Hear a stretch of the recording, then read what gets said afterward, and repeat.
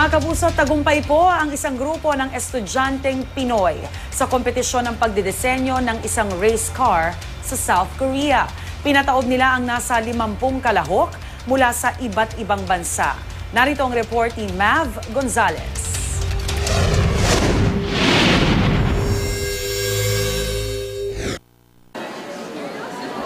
Pati sa pagdisenyo ng race car, nagpapakitang gilas ang mga Pinoy. Patunay nito ang pagkakapanalo ng isang grupo ng mga estudyante ng University of the Philippines sa International Student Green Car Competition na ginawa sa South Korea. It starts with the students designing and then prototyping a certain kind of vehicle. The University of the Philippines decided to develop a hybrid vehicle. This competition is a race, bottom line. It's a race. Okay, so we developed a hybrid performance race car.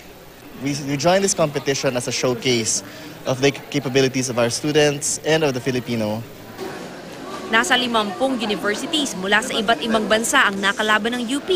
Ang mga kotse sumawak sa test drive para makita kung alin ang may pinakamagandang performance base sa acceleration, speed at endurance.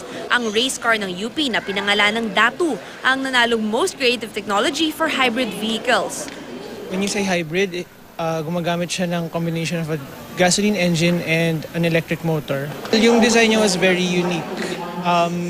Dun sa Korea, out of 50 competitors, walang kapareho yung design ni Datu.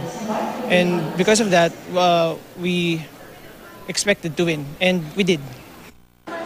Para sa unang balita, Mav Gonzalez reporting.